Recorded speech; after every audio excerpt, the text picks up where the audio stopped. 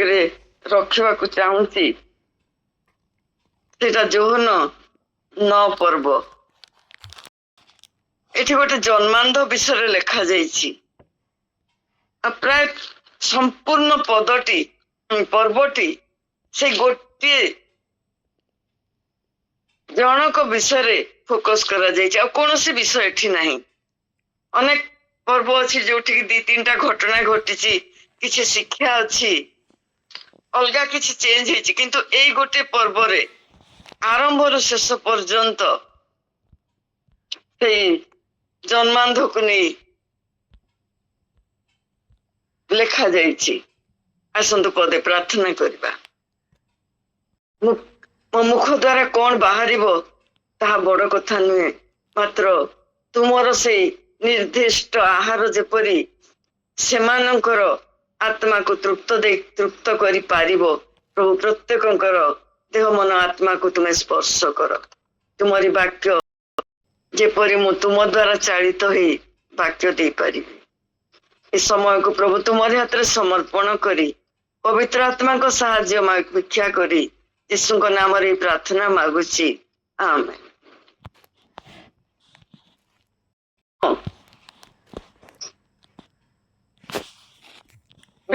ଆରମ୍ଭରୁ ଲେଖା ହେଇଛି ଗୋଟେ ଯୀଶୁ ଆଉ ତାଙ୍କ ଶିଷ୍ୟମାନେ ଯାଉଥିଲା ବେଳେ ଗୋଟେ ଜନ୍ମାନ୍ଧକୁ ଭେଟୁଛନ୍ତି। ଆଉ ତାପରେ 2 ପଦରେ ଆମେ ଦେଖୁଛୁ ଗୋଟେ ପ୍ରଶ୍ନ ଶିଷ୍ୟମାନେ ପଚାରୁଛନ୍ତି ଯେ ଏ ଯେ ଜନ୍ମରୁ ଅନ୍ଧ ହେଇକି ଜନ୍ମ ହେଇଛି, କାରଣ ଜନ୍ମରୁ ଅନ୍ଧ ହେଇଥିବା ଗୋଟେ ଅଭିଶାପ ହିସାବରେ ଧରାଯାଏ। ତେଣୁ ସେମାନେ କହୁଛନ୍ତି କାହାର ଅଭିଶାପରେ ବା କାହାର ପାପ ହେତୁ ଇଏ ଅନ୍ଧ ହେଇ ଜନ୍ମ ହେଇଛି। ଆଉ ସେମାନେ କହୁଛନ୍ତି ଯେ ସେ ତା ନିଜର ପାପ ଲାଗି ନା ବାପା ମାଙ୍କ ପାପ ଲାଗି। ଏଠି ନିଜର ପାପ ବିଷୟରେ ମୁଁ ଯେତେ ଥର ବି ପଢେ ମତେ ସେଇ ଜାଗାରେ ଟିକେ ଖଟକା ଲାଗେ ଯେ ନିଜର ପାପ ଏବେ ସେ କେମିତି କଲା। ସେ ତ ଜନ୍ମରୁ ଅନ୍ଧ। ହଁ, ଜନ୍ମ ହବାର କିଛି ଦିନ ପରେ ଯଦି ସେ ଅନ୍ଧ ହେଇଥାନ୍ତା, ପ୍ରଶ୍ନ ହେଇଥାନ୍ତା ଯେ ଇଏ କେମିତି ଅନ୍ଧ ହେଲା। ସେ କଣ ପାପ କରି ଅନ୍ଧ ହେଇଛି ନା ଆଉ କିଛି କାରଣରୁ ହେଇଛି ନା ଦୁର୍ଘଟଣାରୁ ବା ଯାହା କିଛି ହଉ, କିନ୍ତୁ ଏଠି ଜନ୍ମରୁ ସେ ପାପୀ ଜନ୍ମ ହେଇଛି। ତେଣୁ ସେ ଯେ ପାପ କରିନାହିଁ ବା ଜନ୍ମ ପାପୀ ନୁହେଁ ସେ। କିନ୍ତୁ ଦ୍ଵିତୀୟଟା ହେଲା ବାପା ମାଙ୍କର ପାପ ହେତୁ କି। ହଁ, ବାପା ମାଙ୍କର ପାପର ଫଳ ର ଗୋଟେ ମାନେ ଅଛି, କିନ୍ତୁ ସେ ତ କିଛି ପାପ କରିନି, କାରଣ ଜନ୍ମ ହେଲା ସେ ଅନ୍ଧ ହେଇକିରି। ତେବେ ଯାହା ବି ହଉ ବାଇବଲର କଥା ଆମେ ଯାହା ଲେଖା ହେଇଛି ଆମେ ସେଇଟାକୁ ଏକା ଗ୍ରହଣ କରିବା। ଆଉ ଯୀଶୁ ସେମାନଙ୍କୁ ପ୍ରଶ୍ନର ଉତ୍ତର ଦଉଛନ୍ତି ଯେ ନା ତା ନିଜର ପାପ ନା ତା ବାପା ମାଙ୍କ ପାପ। ଏଠି ଏଇ ଯୋଉ ଘଟଣାଟି ଘଟିଛି, ଏଇ ଘଟଣାଟି ଈଶ୍ୱରଙ୍କର ଗୋଟେ ଉଦ୍ଦେଶ୍ୟ ହେତୁ ଏ ଘଟଣା ଘଟିଛି। କାରଣ ଗୋଟେ ବିଶେଷ ଘଟଣା ଘଟିବାକୁ ଯାଉଛି। ଯିଏ ଆମେ ଆହୁରି ଅନ୍ୟାନ୍ୟ ପଦପର୍ବରେ ପୁସ୍ତକ ମାନଙ୍କରେ ଦେଖିଛୁ ଯେ ଅନ୍ଧକୁ ସେ ଦୃଷ୍ଟି ଦେଇଛନ୍ତି, କିନ୍ତୁ ଏଠି ଜନ୍ମାନ୍ଧ ବିଷୟରେ ଲେଖା। ଜନ୍ମାନ୍ଧକୁ କେହି ବି ସୁସ୍ଥ କରିପାରିବେନି। ହୁଏତ ସେମାନଙ୍କୁ ଆଉ ଗୋଟେ ଆଖିର ତାଙ୍କ ପାଇଁ ବ୍ୟବସ୍ଥା କରାଯାଇପାରେ, କିନ୍ତୁ ସୁସ୍ଥତା ପ୍ରାୟ ଆସେନି। ସେମିତି ଗୋଟେ ଅନ୍ଧକୁ ସୁସ୍ଥ କରିବା ଦ୍ୱାରା ଯୋଉ ସମ୍ବାଦଟି ସମାଜ ମଧ୍ୟରେ ପ୍ରକାଶିତ ହେବାକୁ ଯାଉଛି ତାହା ଈଶ୍ୱରଙ୍କୁ ଗୌରବ ଦେବା ନିମନ୍ତେ। ପରବର୍ତ୍ତୀ ପଦରେ ଆମେ ଆପଣମାନେ ତ ସମସ୍ତେ ଏଇଟା ପଢିଛନ୍ତି, ଭଲରେ ପଢିଥିବେ ବୋଲି ମୋର ବିଶ୍ୱାସ। ଆଉ ସେଠି ଲେଖାଯାଏ ଏପରି ସୁସ୍ଥକାରୀ ଶକ୍ତି କେବଳ ଈଶ୍ୱରଙ୍କ ଦ୍ୱାରା ସମ୍ଭବ ହୁଏ। କୌଣସି ସାଧାରଣ ଲୋକ ବା କୌଣସି ପାପୀ ଲୋକ ଏ କାମ କରିପାରିବନି ବୋଲି ଲେଖାଯାଇଛି। ଯେତେବେଳେ ଫାରୁସୀ ମାନଙ୍କ ସହିତ ଆର୍ଗୁମେଣ୍ଟ କଲା ବେଳେ ଏ ବାକ୍ୟଟି ଅଛି। ସେହିପରି ଆଉ ଗୋଟେ ଜାଗାରେ ମଧ୍ୟ ଏଇ କଥା ଉଲ୍ଲେଖ କରାଯାଇଛି। ଆଉ ସେଇଟା ଯୌନ 11 ପର୍ବରେ 11 ପର୍ବ 4 ପଦରେ ଲେଖାଯାଏ, ଲାଜାରଙ୍କର ବଞ୍ଚି ଉଠିବାର ପୂର୍ବ ଅବସ୍ଥାରେ ଶିଷ୍ୟମାନଙ୍କ ସହିତ କଥା ହେଲା ବେଳେ ଯୀଶୁ କହୁଛନ୍ତି, ଯୀଶୁ ତାହା ଶୁଣି କହିଲେ, ଏଇ ପୀଡା ମୃତ୍ୟୁ ନିମନ୍ତେ ନୁହେଁ, ମାତ୍ର ଈଶ୍ୱରଙ୍କ ଗୌରବ ନିମନ୍ତେ, ଯେପରି ତଦ୍ୱାରା ଈଶ୍ୱରଙ୍କ ପୁତ୍ର ଗୌରବ ପ୍ରାପ୍ତ ହୁଅନ୍ତି। ଏଇଠି ମଧ୍ୟ ସେଇ ଘଟଣା ଯୀଶୁ କହୁଛନ୍ତି ଯେ ଈଶ୍ୱରଙ୍କର କାର୍ଯ୍ୟ ପ୍ରକାଶିତ ହବ। ଆଉ ଈଶ୍ୱରଙ୍କ କାର୍ଯ୍ୟ ଯେତେବେଳେ ପ୍ରକାଶିତ ହବ ସେତେବେଳେ ପୁତ୍ର ଗୌରବ ପାଇବେ।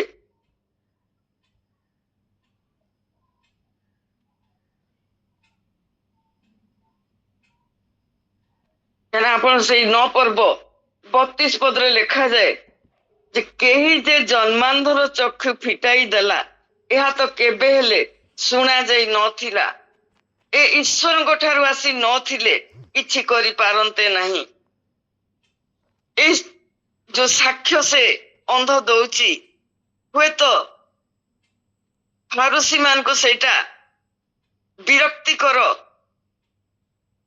ଗୋଟେ ଅସହ୍ୟ ଲାଗୁଛି, କିନ୍ତୁ କଥାଟି ପ୍ରକୃତରେ ନିରାଟ ସତ୍ୟ।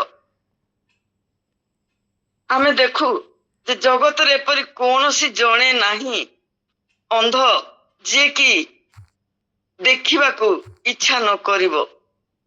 ସମସ୍ତଙ୍କର ଇଚ୍ଛା, ଅର୍ଥାତ୍ ଯୋଉମାନେ ଦେଖି ପାରନ୍ତିନି, ମୁଁ ସେମାନଙ୍କ ବିଷୟରେ କହୁଛି, ସମସ୍ତେ ଦେଖିବାକୁ ଇଚ୍ଛା କରନ୍ତି। କାରଣ ଯୀଶୁ ଯେତେବେଳେ ଆଗରୁ ମଧ୍ୟ ଏ ବିଷୟରେ ଲେଖାଯାଏ, ମାଥ୍ୟୁ 20 ପର୍ବ 29-30 ଗୋଟେ ଘଟଣା, ମାର୍କ 10:51 ଆଉ ଗୋଟେ ଘଟଣା ଅଛି, ଲୁକ 18:41-42 ଗୋଟେ ଘଟଣା ଅଛି, ଯୋଉଠି ଅନ୍ଧ ମାନଙ୍କୁ ଯେତେବେଳେ ପଚରା ଯାଇଛି ମୁଁ ତୁମ ପାଇଁ କଣ କରିବେ, ସେମାନେ କହିଛନ୍ତି ଯେ ଆମର ଆଖି ଟିକେ ଖୋଲି ଦିଅନ୍ତୁ। ଆଖି ଏପରି ଗୋଟିଏ ବହୁମୂଲ୍ୟ ଅପରିହାର୍ଯ୍ୟ ଅଙ୍ଗ ଯାହାକୁ ସୁସ୍ଥ ରଖିବାକୁ, ନିରାପଦ ରଖିବାକୁ ପ୍ରତ୍ୟେକ ମନୁଷ୍ୟ ଚେଷ୍ଟା କରେ। ଆଉ ସମସ୍ତଙ୍କର ଇଚ୍ଛା ଥାଏ ଯେ ମୁଁ ଟିକେ କେମିତି ଦେଖିପାରନ୍ତି। ଏଇଠି କିନ୍ତୁ ଏଇ ଜନ୍ମାନ୍ଧର ସେ ବିଷୟରେ କିଛି ଲେଖା ନାହିଁ। ସେ ହୁଏତ ଚାହୁଁଥିଲା ଟିକେ ଦେଖିବ, କାରଣ ଜନ୍ମରୁ ଯିଏ ଅନ୍ଧ ସେ ତ ଦୁନିଆର କୌଣସି ବିଷୟ ଦେଖିନଥିବ। ଯାହାର ପରବର୍ତ୍ତୀ ସମୟରେ, କାରଣ ଆଉ ଗୋଟେ ଜାଗାରେ ଆମେ ଯୀଶୁ ଯେତେବେଳେ ତାକୁ ପଚାରୁଛନ୍ତି, ଆଉ ଗୋଟେ ଅନ୍ଧକୁ ତାର ଆଖିରେ ଛେପ ଲଗେଇକିରି, ତମେ କଣ ଦେଖିପାରୁଛ? ନା ମୁଁ ଗଛ ପରି କିଛି ଚାଲୁଥିବାର ଦେଖୁଛି। ଅର୍ଥାତ୍ ସେ ଜନ୍ମାନ୍ଧ ନଥିଲା, ତାର ଅନୁଭୂତି ଅଛି ଯେ ଚାଲିବା ବିଷୟରେ ବା ମନୁଷ୍ୟ ମାନଙ୍କ ବିଷୟରେ, ଗଛ ବିଷୟରେ କିଛି ନା କିଛି ତାର ଅନୁଭୂତି ଥିଲା। ଏଠି କିନ୍ତୁ ସମ୍ପୂର୍ଣ୍ଣ ରୂପେ ଜଗତ ବିଷୟରେ କିଛି ଜାଣିନଥିବା ଗୋଟେ ବ୍ୟକ୍ତି ବିଷୟରେ ଆମେ ଆଲୋଚନା କରୁଛୁ। ତାକୁ ଯେତେବେଳେ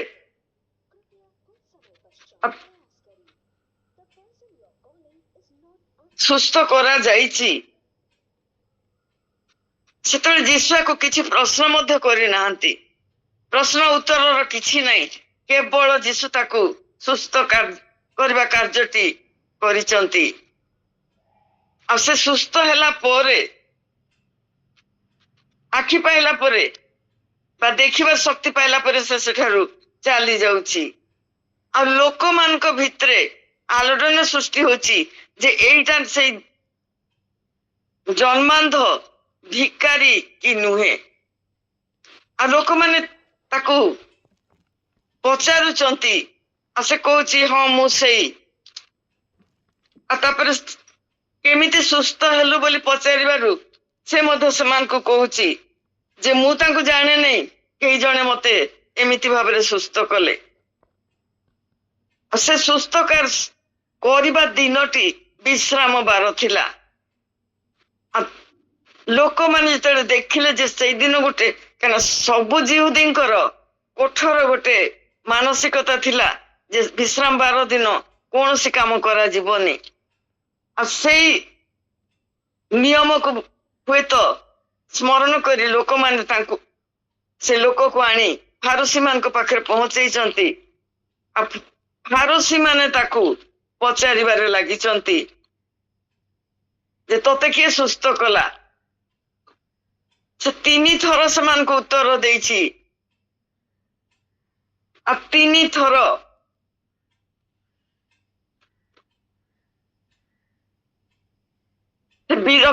उत्तर दे दे विरक्त हो जाउछि से जेते समान को बुझेबा को चेष्टा करूछि जे से जने भलो लोक से जने भाववादी किंतु फारसी माने ताको आक्रमण करूचंती जे से भलो लोक नुहे से बिल्कुल भलो लोक नुहे कहना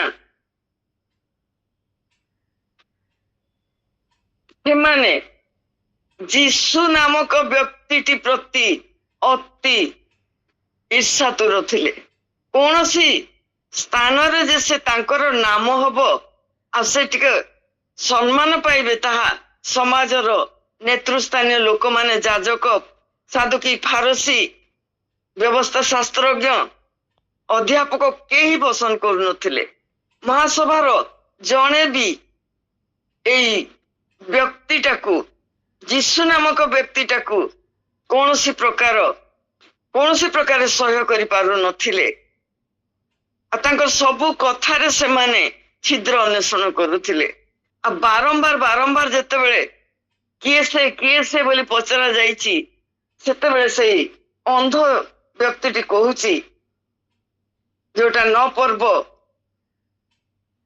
24 पदरे 24 और 25 रे शेषक से माने कौन करछन बापा माँ को डाकिचंती ताकू पचारचंती एई कोन तम पुओ जे तमरो जे पुओटी तुमरो जन्मांध ना आज्ञा हाँ ना केंती सुस्थ है से कहले आमे जानिनु ताकू पचारंतु से उत्तर दब कहीं समाज को समस्ते भय करुथिले आ पुणी थरे एठी लेखा जे द्वितीय थर किंतु ता आगर मो हिसाब करी देखुथिले तृतीय थर पचरा हेछि जहा भी हो द्वितीय थर जेतले तांकू पचरा जाइछि सेते बेले से फारूसी माने ताकू कहिचंती अरे तू जो तोते जे सुस्थ कला तू ताकू काहे कि इते प्रशंसा करूचु तू ईश्वर को गौरव दे आ से लोकटा जे तोते सुस्थ कला सेटा पापी आ एई प्रश्नर उत्तर से असे लोकोटा जे सुस्तला से पापी ही बंगाली भाषेतील एक म्हण आहे परवर्ती जागारे से देईची आळसात वेळ घालवतो तो पापी आहे जोटा 31 रु 34 पदरे आपण माने देखिबे सेठी से निजे कहूची जे एपरी कार्य ईश्वर को ठारू आसीथिबा लोक ही करि पारे आउ केही करि पारंतेनी किंतु ए माने विरक्त हे ताको जो उत्तर विरक्त करी कि जो बारंबार से लोक विरुद्ध रे कथा कहउचंती 25 पदटी मते बहुत भल लागे आउ एटा हला सेथिरे से उत्तर देला से पापी की नुहे मु ता जाने नहीं से पापी की नुहे मोर जानिबार किछि आवश्यकता नहीं मु गोटे विषय जाने मु अंध थिली एबे देखि पारुची मते पदटी बहुत भल लागे कारण जो उपकारटी से पाइची से उपकार ताकू एते वर्ष धरी तार से उपकार केही कर नथिले से देखि पार नथिला केही बद्ध ताकू सुस्थ करि पार नथिले पाजी जो माने ताकू प्रश्न करूचंती से माने मध्य केबे ताकू दया करि नाहंती किंतु वर्तमान से जते सुस्थ हे जाईची से माने ता पीछा लागिचंती जे तोते सुस्थ कला से गोटे पापी लोक आ सेथिपई से माने ताकू बारंबार से लोकटी जे सुस्थ करछि ता विरुद्ध रे कहिबारे लागिचंती ସେଇମାନଙ୍କର ବାରମ୍ବାର ତାଡ଼ନାରେ ସେ କହୁଛି 30 ପଦରେ ସେଇ ଲୋକଟି ସେମାନଙ୍କୁ ଉତ୍ତର ଦେଲା, ସେ ମୋର ଆଖି ଫିଟାଇ ଦେଲେ, ଆଉ ସେ କେଉଁଠାରୁ ଆସିଅଛନ୍ତି ତାହା ଆପଣ ମାନେ ଜାଣନ୍ତି ନାହିଁ। ଏ ତ ଆଶ୍ଚର୍ଯ୍ୟ କଥା। ମୁଁ ତ ଅନ୍ଧ ଥିଲି, ମୁଁ ଦେଖିପାରୁନଥିଲି, ମତେ ଜଣା ନାହିଁ ସେ ଲୋକ କିଏ। ମୁଁ ସୁସ୍ଥ ହେଲା ପରେ ବି ତାଙ୍କ ସହିତ ପରିଚୟ ମୋର ନାହିଁ, କେବଳ ଶୁଣିଥିଲା ଯେ ଗୋଟେ ଯୀଶୁ ନାମକ ଲୋକ ତାକୁ ସୁସ୍ଥ କରିଛନ୍ତି। ତାଙ୍କ ସହିତ ତାର ପର୍ସନାଲ କୌଣସି ପରିଚୟ ନଥିଲା। କିନ୍ତୁ ଆପଣ ମାନଙ୍କର ତ ଆଖି ଅଛି, ଆପଣ ସବୁ ଦେଖିପାରୁଛନ୍ତି, ସେ ଲୋକଟାକୁ ବି ଜାଣନ୍ତି, ଚିହ୍ନନ୍ତି। ଯଦି ନ ଜାଣିଥାନ୍ତେ ତା ନାଁରେ ଏତେ କଥା କହିନଥାନ୍ତେ। ଅବଶ୍ୟ ଏଗୁଡାକ ମୋ ବକ୍ତବ୍ୟ ଏଠି ଲେଖା ହେଇନି। ତାର ଉଦ୍ଦେଶ୍ୟଟା ମୋର ଏଠାରେ କହୁଛି ମୁଁ ଆପଣ ମାନଙ୍କୁ। ତାର କହିବାର ହେଲା, ଆପଣ ମାନଙ୍କର ଆଖି ଅଛି, ଆପଣ ତାଙ୍କୁ ଜାଣନ୍ତି, ଦେଖିଛନ୍ତି, ତାଙ୍କ ବିଷୟରେ ସବୁ କିଛି ମୋଠୁ ବେଶୀ ଜାଣନ୍ତି, କିନ୍ତୁ ଆପଣ ମାନେ ତାକୁ ଚିହ୍ନନ୍ତି ନାହିଁ। ମୁଁ ଗୋଟେ ଅନ୍ଧ, ମୁଁ କିଛି ଜାଣେ ନାହିଁ, ଜାଣୁନଥିଲି। ଆଜି ପ୍ରଥମ ଥର ପାଇଁ ମୁଁ ଜଗତକୁ ଦେଖୁଛି। ଆପଣ ମାନେ ମତେ ତା ବିଷୟରେ ପଚାରୁଛନ୍ତି, ଅଥଚ ଆପଣଙ୍କର ଆଖି ଅଛି, ଆପଣ ମାନେ ତାକୁ ଚିହ୍ନନ୍ତି ନାହିଁ। ପ୍ରିୟ ମାନେ, ଆମେ ଏ ବିଷୟରେ ଅନେକ ଥର ସତର୍କତା ମୂଳକ ବାକ୍ୟ ବାଇବଲରେ ପଢିଛୁ। ଯୀଶୁ ଅନେକ ଥର କହିଛନ୍ତି ଯେ ତୁମର ଯଦି ଆଖି ଅଛି ତୁମେ ଦେଖ, ଯଦି ଆଖି ଅଛି ଦେଖ। ଆଉ ଶେଷରେ ଯେତେବେଳେ ଲୋକମାନେ ତାଙ୍କୁ ଛାଡି ଚାଲିଗଲେ, ମନ୍ଦିରରେ ଯୀଶୁଙ୍କ ସହିତ ସେ ଅନ୍ଧର ଦେଖା ସାକ୍ଷାତ ହଉଛି। ଆଉ ଯୀଶୁ ତାକୁ କହୁଛନ୍ତି, ତାଙ୍କ ପରିଚୟ ଦେବା ସଙ୍ଗେ ସଙ୍ଗେ ସେ ତାଙ୍କ ବିଷୟରେ ତାକୁ ଅର୍ଥାତ୍ ପରିଚିତ କରାଉଛନ୍ତି। ଆଉ ସେ ଲୋକଟି ମଧ୍ୟ ତାଙ୍କୁ ପ୍ରଭୁ ବୋଲି ସ୍ୱୀକାର କରୁଛି, ଆଉ ବିଶ୍ୱାସ କରି ବୋଲି କହୁଛି। ଆଉ ସେତେବେଳେ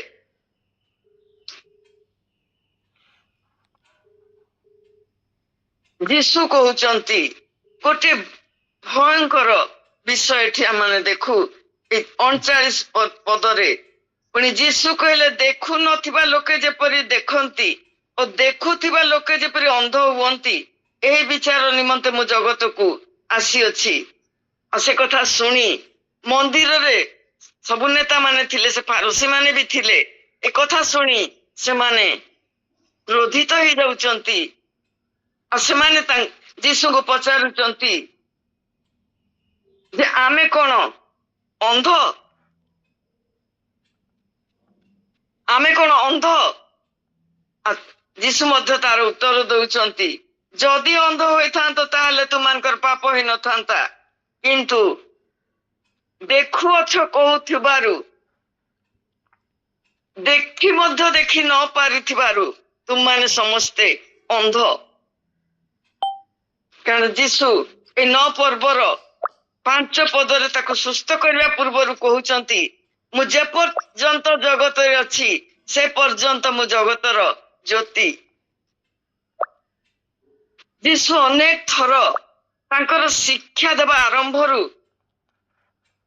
ଶ୍ରବଣକାରୀ ଯୋଉ ଜନତା ଆଉ ତାଙ୍କ ନିଜ ଶିଷ୍ୟମାନଙ୍କୁ ଗୋଟେ ବିଷୟରେ ସଦାବେଳେ ସଚେତନ କରୁଥିଲେ ଯେ ଯଦି ତୁମମାନଙ୍କର ଆଖି ଅଛି ତାହେଲେ ତୁମେ ଦେଖ।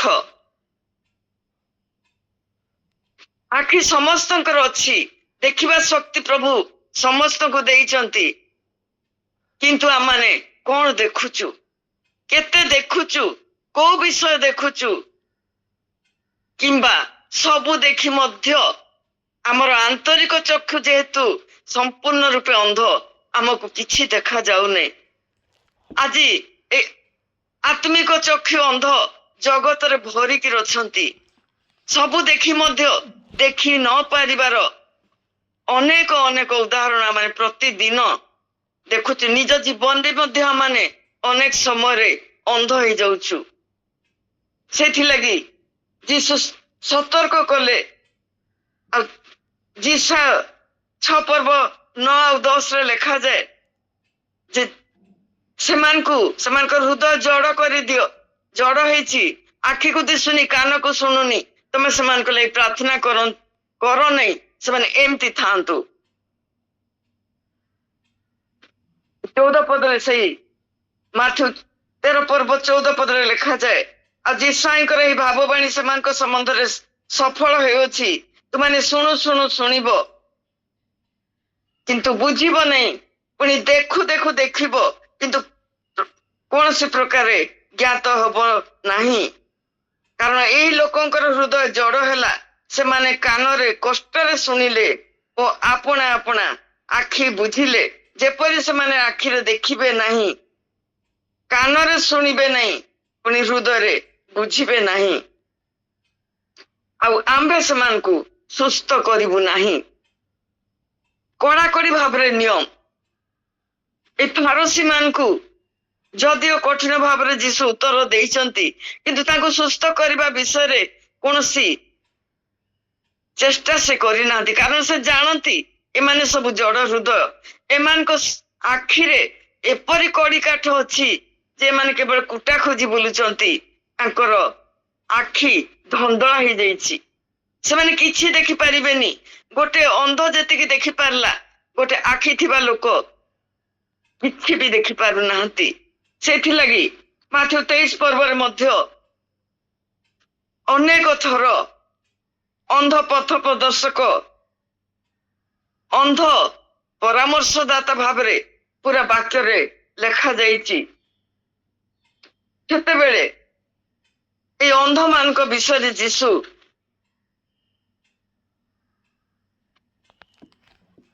ଯୋଉମାନେ ଉପଦେଶ ଦେଇ ସମାଜକୁ ପରିବର୍ତ୍ତନ କରିବାର ଦାୟିତ୍ୱ ନେଇଥିଲେ, ସେଇ ମୁଖ୍ୟ ଧାରାର ନେତା ମାନେ, ଯାଜକ ମାନେ, ଶାସ୍ତ୍ରୀ, ଫାରସୀ, ଏଇମାନଙ୍କର ଶିକ୍ଷା ପଦ୍ଧତି ଅତି ଭୟଙ୍କର ଥିଲା।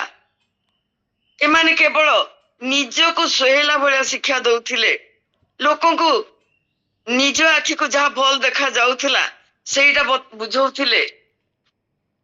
ସେମାନଙ୍କ ପାଇଁ, ସେମାନଙ୍କର ସେଇ ବଦଗୁଣ ଲାଗି ଯୀଶୁ ସତର୍କ କରି କହୁଛନ୍ତି ମାଥ୍ୟୁ 15 ପର୍ବ 14 ପଦରେ, ସେମାନଙ୍କୁ ଛାଡି ଦିଅ, ସେମାନେ ଅନ୍ଧ ମାନଙ୍କର ଅନ୍ଧ ପଥ ପ୍ରଦର୍ଶକ। ଆଉ ଯେବେ ଜଣେ ଅନ୍ଧକୁ ବାଟ କଢାଏ, ତେବେ ଉଭୟ ହାତରେ ପଡିବେ। ଅନ୍ଧ ମାନେ କାହାକୁ ବାଟ ଦେଖେଇ ପାରନ୍ତି ନାହିଁ। ଜଣେ ଅନ୍ଧ ଆଉ ଜଣେ ଅନ୍ଧକୁ ଯଦି ବାଟ ଦେଖେଇବ, 2 ଜଣ ଗାତରେ ପଡିବେ। ଏଇଟା ଜାଗତିକ ସତ୍ୟ। ତେଣୁ ଗୋଟେ ଅନ୍ଧ ସାହାଯ୍ୟ ନିଏ ଯାହାର ଆଖି ଥାଏ, କିନ୍ତୁ ଯୋଉମାନଙ୍କର ଆଖି ଥାଇ ମଧ୍ୟ ଅନ୍ଧ, ସେମାନଙ୍କୁ କିଏ ବାଟ ଦେଖେଇବ? ତାଙ୍କୁ ବାଟ ଦେଖେଇବା ଲାଗି କେହି ନାହାନ୍ତି। ସେମାନେ ଜାଣି ସିଆଣିଆ ଅନ୍ଧ। ସେମାନେ କହନ୍ତି, ସେମାନେ ସବୁ ଦେଖନ୍ତି କିନ୍ତୁ ବୁଝନ୍ତି ନାହିଁ। ବୁଝିବା ଲୋକକୁ ମଧ୍ୟ ସେମାନେ ଭୁଲ ଶିକ୍ଷା ଦେଇ ଭୁଲ ବାଟକୁ ନେଇଯାଆନ୍ତି। ଆଜି ଅନେକ ସେହିପରି ଘଟଣା ଘଟୁଛି। ସିଧା ବାଟରେ ଚାଲୁଥିବା, ଅତି ଉତ୍ତମ ଶିକ୍ଷା ଦେଇ ପ୍ରଭୁଙ୍କ ପଥକୁ ଫେରେଇ ଆଣୁଥିବା ଅନେକ ଶିକ୍ଷା ଆଜି ଆମେ ଗ୍ରହଣ କରିପାରୁନୁ। ଆମକୁ ଅନ୍ଧ ହେଇଯିବା ଲାଗି ଯୋଉ ଶିକ୍ଷା ଦିଆଯାଉଛି, ଜାଗତିକ ବିଷୟରେ ଆମେ ଉତ୍ସାହିତ ହୋଇ ପଡୁଛୁ। ଆମକୁ ସୁହେଇଲା ଭଳିଆ ଯୋଉମାନେ ଶିକ୍ଷା ଦିଅନ୍ତି, ଆମେ ତାକୁ ଆନନ୍ଦରେ ଗ୍ରହଣ କରୁ।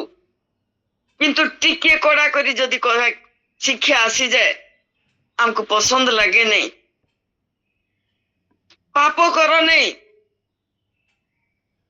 ବାକ୍ୟ ଅନୁସାରେ ଚାଲ, ଜାଗତିକ ପ୍ରଲୋଭନକୁ ପରିତ୍ୟାଗ କର, ତାହେଲେ ତୁମମାନେ ପ୍ରଭୁଙ୍କୁ ପାଇବ, ଯୀଶୁଙ୍କର ଉପଯୁକ୍ତ ଶିଷ୍ୟ ହବ। ଟିକେ କଠୋର ଭାବରେ ଯଦି ଶିକ୍ଷା ଦିଆଗଲା, ଆମକୁ ସେଇଟା ବିଲକୁଲ ପସନ୍ଦ ଲାଗେନି। କିଏ ଯଦି ଆମ ଲାଗି ପ୍ରାର୍ଥନା କଲା, ତୋର ଏଇ ଆଶୀର୍ବାଦ ପାଇବୁ, ସେଇ ଆଶୀର୍ବାଦ ପାଇବୁ, ତୋର ଘର ହବ, ତୋର ଗାଡି ହବ, ତୁ ବଢିଆ ଚାକିରି ପାଇବୁ, ଧନ ଜନ ଗୋପ ଲକ୍ଷ୍ମୀରେ ତ ଘର ଭରିଯିବ। ବହୁତ ଭଲ ଲାଗେ ଆମକୁ, ସେଇଥିରେ ଆମେ ମାତି ଯାଉ। ଜଗତର ପ୍ରଲୋଭନ ଆମ ଚକ୍ଷୁକୁ ବାନ୍ଧି ଦିଏ, କେବଳ ସେଇଗୁଡିକ ଆମକୁ ଦେଖାଯାଏ, କିନ୍ତୁ ତା ପଛରେ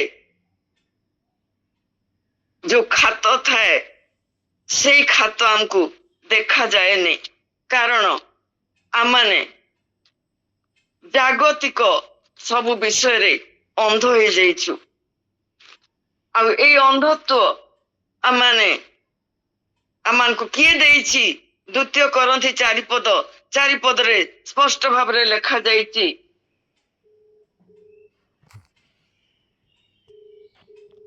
ଈଶ୍ୱରଙ୍କ ପ୍ରତିମୂର୍ତ୍ତି ଯେ ଖ୍ରୀଷ୍ଟ ତାହାଙ୍କର ଗୌରବମୟ ସୁସମାଚାରର ଆଲୋକ ଯେପରି ଏହି ପ୍ରକାର ଲୋକମାନଙ୍କ ପ୍ରତି ପ୍ରକାଶିତ ନ ହୁଏ, ଏଥି ନିମନ୍ତେ ଏ ଜଗତପତି ଅବିଶ୍ୱାସୀ ମାନଙ୍କର ଜ୍ଞାନ ଚକ୍ଷୁ ଅନ୍ଧ କରିଅଛି। ଜଣେ ଯେତେବେଳେ ଚକ୍ଷୁ ଥାଇ ମଧ୍ୟ ଗଲତ କାମ କରେ, ଆଉ କେହି ତାକୁ ସତର୍କ କରେ, ସେ ଶୁଣିବାକୁ ରାଜି ହୁଏନି। ଆଉ ଶେଷକୁ ସେ ସେଇ ହାତରେ ପଡେ। କାହିଁକି ନା ଜଗତପତି ଯେ ଶୈତାନ, ସେ ତା ଆଖିକୁ ଅନ୍ଧ କରିଦେଇଥାଏ। ବାକ୍ୟ ଶୁଣା ଯାଏନି କାନକୁ, ପଦପର୍ବ ମନେ ପଡେନି, ସତର୍କତା ପୂର୍ଣ୍ଣ ବାକ୍ୟ କୌଣସି ପ୍ରକାରେ ହୃଦୟକୁ ଆନ୍ଦୋଳିତ କରେ ନାହିଁ। ଭୁଲ ପଥରେ ଯାଇ ଭୁଲ କାର୍ଯ୍ୟ କରିବା ଲାଗି ଏତେ ଆନନ୍ଦ ଆସେ,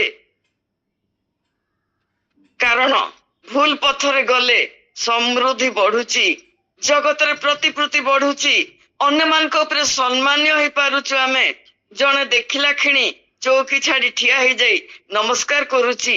ଆମ ଏକଦମ ଉତ୍ସାହିତ ହୋଇ ପାପ ପଥରେ ଆଗେଇ ଚାଲୁଛୁ ଆମେ। କାରଣ ଆଖି ଥାଇ ମଧ୍ୟ ଆମେ ସତ୍ୟକୁ ଚିହ୍ନି ପାରୁନୁ, ଜାଣି ପାରୁନୁ।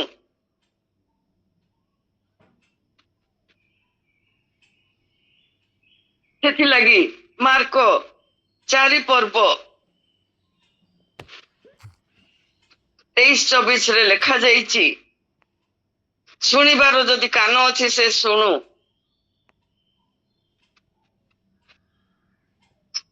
ଏଠି ଚକ୍ଷୁ ବିଷୟରେ ଯଦିଓ ଦିଆଯାଇନି, ତଥାପି ମୁଁ ଏ 14 ପ୍ରଥମ ଧାଡିଟି କହୁଛି। ପୁଣି ସେମାନଙ୍କୁ କହିଲେ, କଣ ଶୁଣୁଅଛ ସେ ବିଷୟରେ ସାବଧାନ। ପ୍ରିୟମାନେ, କେବଳ ଯେ ଶୁଣିବା ବିଷୟରେ ସାବଧାନ ହବା ତା ନୁହେଁ। ମୁଁ କଣ ଦେଖୁଛି, ମୋ ଆଖିରେ କଣ ଅଛି, ମୁଁ ଭଲ ଦେଖୁଛି ନା ମନ୍ଦ ଦେଖୁଛି, ମୋର ପ୍ରକୃତ ଦେଖିବାର ଶକ୍ତି ଯେ ମତେ ପ୍ରଭୁ ଦେଇଛନ୍ତି, କୋଉ ବିଷୟ ମୁଁ ଦେଖିବି ସେ ବିଷୟରେ ମତେ ଜାଗ୍ରତ ହେବାକୁ ପଡିବ।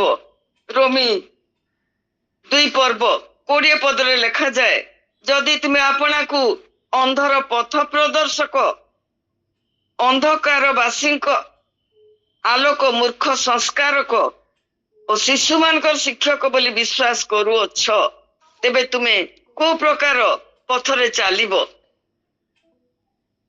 ତୁମେ ଅନ୍ଧମାନଙ୍କ ପଥ ପ୍ରଦର୍ଶକ ଯଦି ହେବାକୁ ଇଚ୍ଛା କରୁଛ, ତୁମ ନିଜ ଆଖିର କଡି କାଠ କାଢ। ତୁମକୁ ସ୍ପଷ୍ଟ ଦେଖାଯିବା ଦରକାର।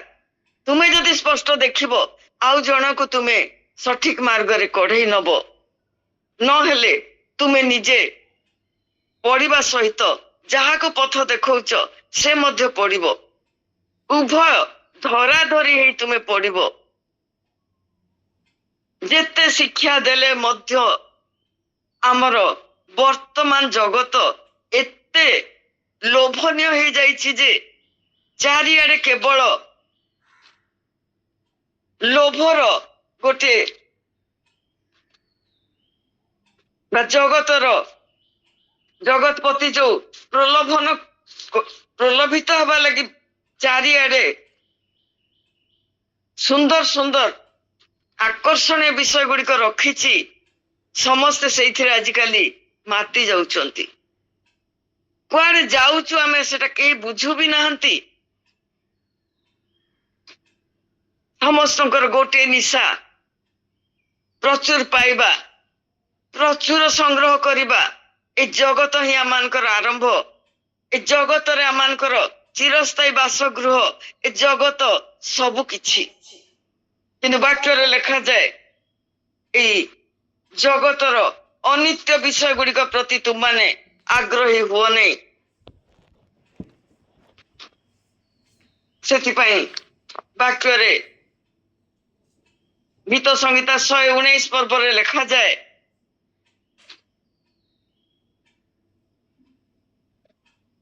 ଲେଖକ ପ୍ରଭୁଙ୍କ ପାଖରେ ପ୍ରାର୍ଥନା କରୁଛନ୍ତି, ତୁମେ ମୋର ଚକ୍ଷୁ ପ୍ରସନ୍ନ କର, ତହିଁରେ ମୁଁ ତୁମ ବ୍ୟବସ୍ଥାରୁ ଆଶ୍ଚର୍ଯ୍ୟ ବିଷୟ ମାନ ଦେଖିପାରିବି।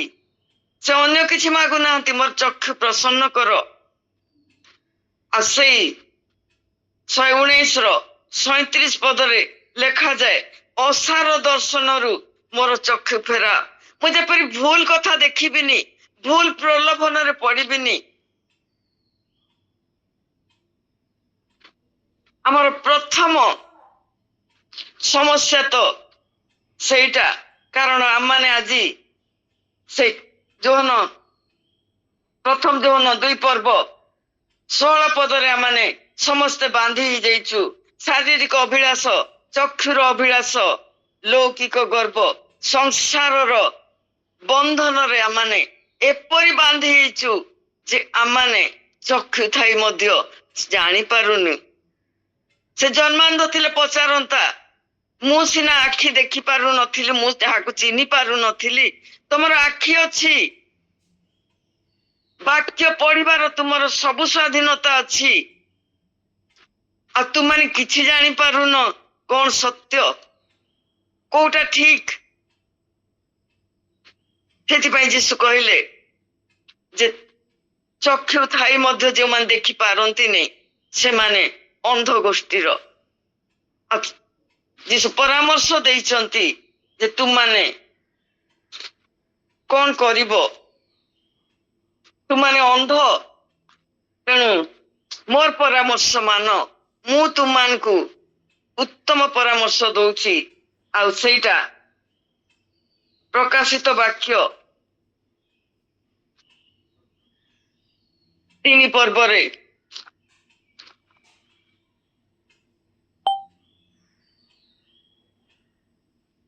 ଲେଖାଯାଏ। 3 ପର୍ବ 17 ଆଉ 18 ପଦରେ ଲେଖାଯାଏ। 17 ପଦର ଶେଷ ଧାରରେ ଲେଖାଯାଏ, ମାତ୍ର ତୁମେ ଯେ ଦୁର୍ଭାଗା, ଦିନହୀନ, ଦରିଦ୍ର ଓ ଅନ୍ଧ ଆଉ ଉଲଗ୍ନ, ଏହା ଜାଣ ନାହିଁ। ପ୍ରକୃତରେ ଆମେ ଅନ୍ଧ ବୋଲି ନିଜେ ହିଁ ବୁଝିପାରୁନୁ। ଆଉ ସେଥିପାଇଁ ପରାମର୍ଶ ଦଉଛନ୍ତି ଯୀଶୁ ଏଠି 18 ପଦର ଶେଷ ଧାରରେ, ପୁଣି ଦୃଷ୍ଟି ପାଇବା ନିମନ୍ତେ ଚକ୍ଷୁରେ ଲେପନ କରିବା ପାଇଁ ଅଞ୍ଜନ ଆମ ନିକଟରୁ କିଣ। ଯୀଶୁ ଆମମାନଙ୍କୁ ଦେଖିବାର ଶକ୍ତି ଦେଇଛନ୍ତି। ଯୀଶୁ ନିଜେ ସେଇ ଜ୍ୟୋତି, ଯୋଉ ଜ୍ୟୋତି ଆମ ଚକ୍ଷୁକୁ ଉଜ୍ଜଳ କରେ। ସେଇ ଚକ୍ଷୁ ଦ୍ୱାରା ଆମେ ଯେତେବେଳେ ବାକ୍ୟରୁ ବିଶେଷ ବିଶେଷ ବିଷୟ ମାନ ଅଧ୍ୟୟନ କରିବା, ଆମ ଚକ୍ଷୁ ଯେତେବେଳେ এই ବାକ୍ୟ ମଧ୍ୟରୁ ଯୀଶୁଙ୍କୁ ଖୋଜି ପାଇବ, ସେତେବେଳେ ଆମର ଅନ୍ଧତ୍ୱ ଦୂର ହେଇଯିବ। ଅନ୍ଧ ହେଇ ରହିବା ମୋ ପ୍ରିୟମାନେ ବହୁତ କଷ୍ଟ। ଯୀଶୁ ଯାଚୁଛନ୍ତି, ଯୀଶୁ ସୁଯୋଗ ଦେଇଛନ୍ତି, ଆଉ ଯୀଶୁ ନିଜେ ଚାହାନ୍ତି ଯେ ଆମେ ଦେଖିବା, ଆମେ ଦେଖିପାରୁ। ଯୀଶୁ ନିଜେ କହୁଛନ୍ତି, ତୁମେ କଣ ଦେଖିବାକୁ ଇଚ୍ଛା କରୁଛ କି? ବାଟିମାଇ ଅନ୍ଧକୁ ପଚାରିଲେ, ତୁ ଦେଖିବାକୁ ଇଚ୍ଛା କରୁଛ? ସେ କହିଲା, ମତେ ସେଇ ଶକ୍ତି ଦିଅନ୍ତୁ, ମୁଁ ଯେପରି ଦେଖିପାରିବି। ପ୍ରଭୁ ଆମକୁ ସେଇ ଶକ୍ତି ଦିଅନ୍ତୁ। ଆମମାନେ ଅନ୍ତର ଖୋଲି ନିବେଦନ କରିବା, ପ୍ରଭୁ ମତେ ତୁମର ସେଇ ଜ୍ୟୋତି ଦିଅ, ମୋ ଚକ୍ଷୁ ଧନ୍ଦଳା ହେଇଯାଇଛି, ଅନ୍ଧାର କୋଣା ମୁଁ, ମତେ କିଛି ଦିଶୁନି। ପ୍ରଭୁ ମତେ ତୁମର ସେଇ ଦେଖିବା ଶକ୍ତି ଦିଅ, ମତେ ସେଇ ଆଶ୍ଚର୍ଯ୍ୟ ବିଷୟ ଗୁଡିକ ବ୍ୟବସ୍ଥାରୁ ଦେଖିବା ନିମନ୍ତେ ତୁମର ଆଲୋକ ପ୍ରଦାନ କର। ଯେପରି ସଠିକ ବିଷୟ ମୁଁ ଦେଖିପାରିବି। ଆଉ ସବୁଠୁ ବଡ କଥା ପ୍ରଭୁ ମୁଁ ତୁମକୁ ସଠିକ ଭାବରେ ଚିହ୍ନି ପାରିବି। ଆଉ ତୁମ ହାତରେ ମୁଁ ମୋର ସମ୍ପୂର୍ଣ୍ଣ ଭାର ଦେଇପାରିବି। ଆଉ ମୁଁ ଜାଣେ ପ୍ରଭୁ ତୁମେ ମୋର ପଥ ପ୍ରଦର୍ଶକ। ତୁମେ ମତେ ସଠିକ ମାର୍ଗରେ କଢେଇ ଦବ। ଜଗତପତି ମତେ ଅନ୍ଧକାର ମାର୍ଗରେ କଢେଇ ନଉଛି, ଅନ୍ଧାରକୁ ମତେ ନେଇଯାଉଛି। ମତେ ସେ ଅନ୍ଧତ୍ୱ ଦେଇଛି, କିନ୍ତୁ ପ୍ରଭୁ ତୁମେ ମୋର ଆଖିରେ ଉଜ୍ଜଳ ଆଲୋକ ଦିଅ, ତୁମର ଜ୍ୟୋତି ଦିଅ। ତୁମେ ମତେ ସମ୍ପୂର୍ଣ୍ଣ ରୂପେ ମୋ ଚକ୍ଷୁରେ ସେ ଶକ୍ତି ଦିଅ, ଯେପରି ମୁଁ ତୁମର ବ୍ୟବସ୍ଥାରୁ ଆଶ୍ଚର୍ଯ୍ୟ ବିଷୟମାନ ଦେଖିବା ସହିତ ତୁମକୁ ଚିହ୍ନି ପାରିବି ଏବଂ ତୁମ ସହିତ ଲାଗି ରହି ଜୀବନ କାଟିବି। ଆଉ ଶେଷ ପର୍ଯ୍ୟନ୍ତ ବିଶ୍ୱସ୍ତ ଭାବରେ ନିଜ ଆଖିରେ ଦେଖି ବିଶ୍ୱାସ କରି ତୁମ ପଛେ ପଛେ ତୁମର ପାଦ ଚିହ୍ନକୁ ଚିହ୍ନି ଚାଲିପାରିବି। ପ୍ରଭୁ ଆମ ସମସ୍ତଙ୍କୁ ଆଶୀର୍ବାଦ କରନ୍ତୁ। ଏ ସୁଯୋଗ ଦେଇଥିବାରୁ ଆଉ ଥରେ ଧନ୍ୟବାଦ। थैंक यू नानी। ଆଉ ଆମମାନଙ୍କର ଆଖି ପାଇଁକା ପ୍ରଭୁ ଚିନ୍ତିତ ସୁନ୍ଦର ଅଞ୍ଜନ ରଖିଛନ୍ତି। ଆମମାନେ ଯେମିତି ସେ ସ୍ୱର୍ଗୀୟ ମାର୍ଗରେ ଯାଇପାରିବା। ଜଗତପତି ଯୋଉ ଆମମାନଙ୍କ ଆଖିକୁ ଅନ୍ଧକାର କରିଛି ବା ଯୋଉମାନଙ୍କର ଆଖିକୁ ସେ ଅନ୍ଧ କରିଛି ସେମାନଙ୍କ ପାଇଁକା ଆମମାନେ ବୋଝଗ୍ରସ୍ତ ହୋଇ ପ୍ରାର୍ଥନା ବି କରିବା। ସେମାନଙ୍କର ଆଖି